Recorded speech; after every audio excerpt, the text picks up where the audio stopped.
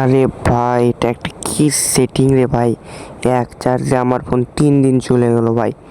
তা সেই সেটিং করতে চাইলে তাহলে সেটিং করার জন্য সেটিং ওপেন করবেন।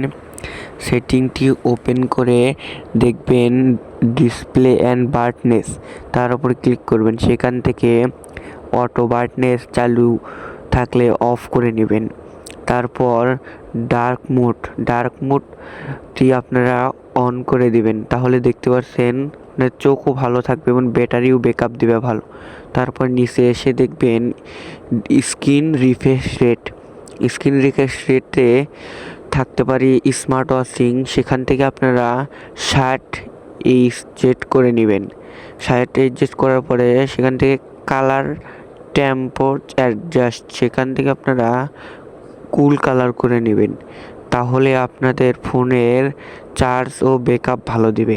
এক চার্জে 2 দিন চলে যাবে। ধন্যবাদ সবাইকে।